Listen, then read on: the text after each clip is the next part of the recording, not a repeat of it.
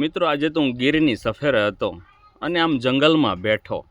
આ જંગલમાં બેઠો છું ને એટલે કે જંગલનો શેર યાદ આવ્યો. તો એ શેર હું તમને જરા કહેવા માગું છું મારા મિત્રો. સાંભળજો હો તમે કે કલમ લઈ હાથની હું એ થાપણ ગુમાવી બેઠો છું. કે કલમ લઈ હાથની હું એ થાપણ ગુમાવી બેઠો છું. પટોળી લાવતા પણ હું પાટણ પણ ગુમાવી બેઠો છું. કે જેમ ભાઈ પાટણમાંથી પટોળું લઈ આવ્યો એટલે પટોળું ચોનું તો કે પાટણનો, તો એમ પાટણ પણ હું ગુમાવી બેઠો છું.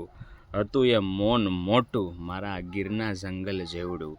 કે આ ગિરનાર જેવું સમજો ને કે મન પણ મારું હતું એ મોટું આ ગિરનાર જેવું, પણ હું કરીને ગર્જના એ મારું શાસન પણ ગુમાવી બેઠો છું. એટલે મિત્રો આવું હોય, મૌન હોવું ત્યાં સુધી બરોબર છે, પણ તમે એકવાર બોલી જાઓ, શબ્દો છૂટી જાય પછી પાછા નથી આવતા. તો મૌન તોડી અને મેં મારો શાસન પણ ગુમાવ્યો. એટલે મિત્રો જેટલી મૌનમાં મજા છે એટલી બીજા કાંઈમાં નથી. જેટલો વ્યક્તિ મૌન એટલો જ સમજદાર. જય મુરલીધર બધા ડાયરાને મારો બાપ.